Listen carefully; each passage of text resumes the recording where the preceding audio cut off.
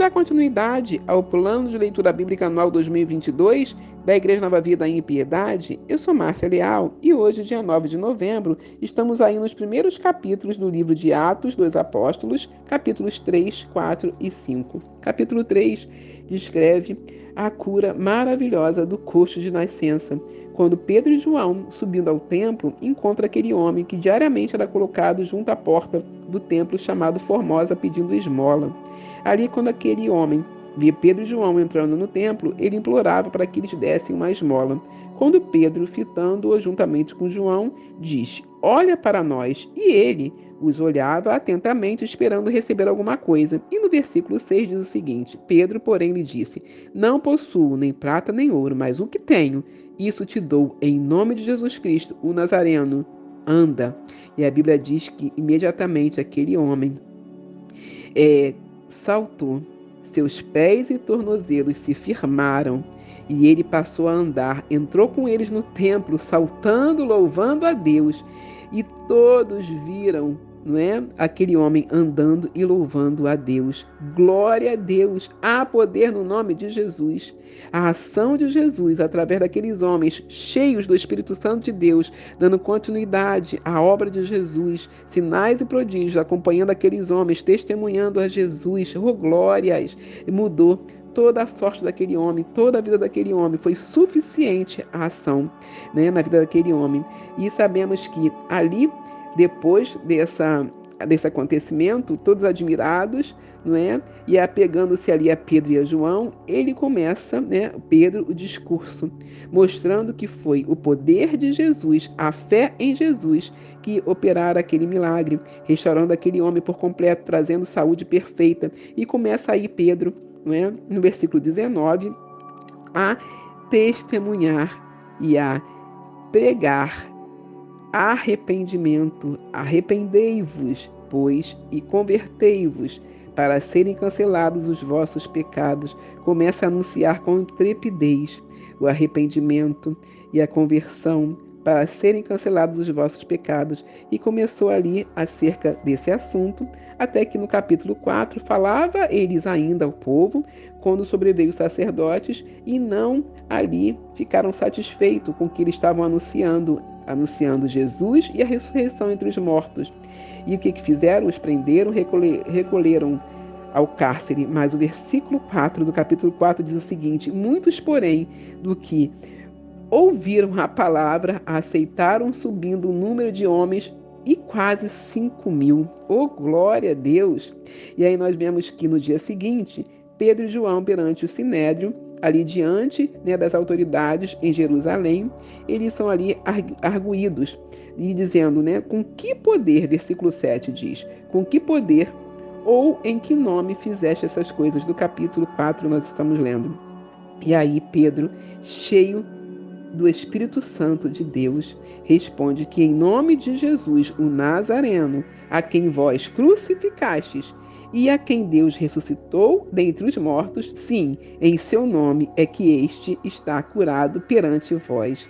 E aí, né, declarando a Jesus, o Senhor, aquele que trouxe salvação e nenhum outro, né, traria, porque no versículo 12 diz: "E não há salvação em nenhum outro, porque abaixo do céu não existe nenhum outro nome dado entre os homens, pelo qual importe que sejamos salvos." E ali com intrepidez, Pedro e João, né, falam e eles reconhecem sim, né, tudo aquilo que eles estavam falando, mas eles o que? Falam para que eles não absolutamente falasse mais nada, ensinasse mais nada em nome de Jesus. Mas Pedro ali e João respondeu que eles continuariam assim. No versículo 20 diz: "Pois nós não podemos deixar de falar das coisas que vimos e ouvimos." E aí diz que depois eles ameaçaram mais ainda, mas soltaram, porque não tinham achado mais nada como castigar. E por causa do povo mesmo, que todos glorificavam a Deus pelo que acontecera. No versículo 22, ora, tinha mais de 40 anos aquele em que se operara essa cura milagrosa, testemunho vivo do poder do milagre, dos sinais e prodígios através daqueles homens. Glória a Deus. E aí diz que eles soltos procuraram os irmãos e contaram tudo o que acontecia. E no versículo 24, ouvindo isso, o que eles fizeram? Unânimes, levantaram a voz. O que eles pediram? Eles pediram em especial que continuassem, né, a pregar o evangelho e que recebessem intrepidez para continuar pregando, né, sinais, prodígios por intermédio de Jesus. E aí nós vemos que no versículo 31, tendo eles orado, tremeu o lugar onde estavam reunidos, todos ficaram cheios do Espírito Santo e com intrepidez anunciavam a palavra de Deus.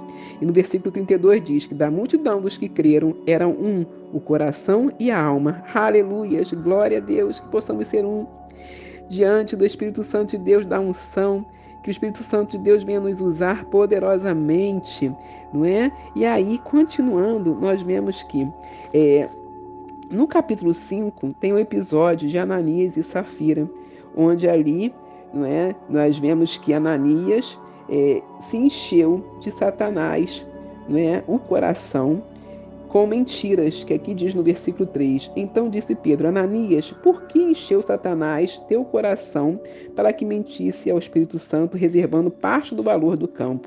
Nós sabemos que eles venderam um valor, Ananias com sua mulher Safira, a propriedade, mas ali ocultaram um valor, uma parte do preço. E ali nós vemos que Ananias e Safira não estavam com o coração, como todos aqueles que creram, né, com um coração e uma alma. Não, estavam com o coração vulnerável, o inimigo foi, entrou e corrompeu. Nós sabemos que eles foram, né, ceifados, tanto Ananias quanto Safira. E aí nós vemos que os apóstolos, a partir do versículo 12 do capítulo 5, fizeram muitos milagres, sinais e prodígios feitos por eles. E a Bíblia diz que cresciam mais e mais a multidão de crentes, tanto homens como mulheres, agregaram ao Senhor. E aí, a partir do versículo 17, não é? Nós vemos que os apóstolos foram presos, né, através aí, de inveja, de oposição, de resistência. O sumo sacerdote que estavam com ele, as seitas dos saduceus, tomaram-se inveja e prenderam os apóstolos e o recolheram à prisão pública. Mas de noite um anjo do Senhor abriu as portas do cárcere e conduziu-o para fora. Lhes disse: Ide e apresentai-vos no templo, dizei ao povo todas as palavras desta vida. E tendo ouvido isto, logo ao romper do dia, entraram no templo e ensinavam. E ali, diante, né, dele sendo arguído diante aquelas autoridades que queriam impedir eles de não estarem pregando, ministrando sobre arrependimento e remissão dos pecados, o que eles falam no versículo 29, não é? Então Pedro e os demais apóstolos afirmaram: antes importa obedecer a Deus do que aos homens. E aí se levanta o parecer de Gamaliel. Oh, glória a Deus por isso. Gamaliel convenceu os mestres da lei e eles soltaram os apóstolos. Mas antes, o que fizeram? No versículo 40 nós vemos que, chamando os apóstolos, açoitaram-nos e ordenaram-nos que não falassem em nome de Jesus e os soltaram. E no versículo 41 e 42, finalizando o capítulo 5. E eles se retiraram do sinédrio, regozijando-se por terem sido considerados dignos de sofrer afrontas por esse nome. E todos os dias, no templo e de casa em casa, não cessavam de ensinar e pregar Jesus, o Cristo. Glória a Deus, que possamos estar cheios do Espírito Santo de Deus, quebrantados, com a unção, com capacitação e vivendo em adoração, um relacionamento profundo com esse Deus. Amém? Que Deus te abençoe e te guarde, blinde o teu coração na presença dEle. Amém?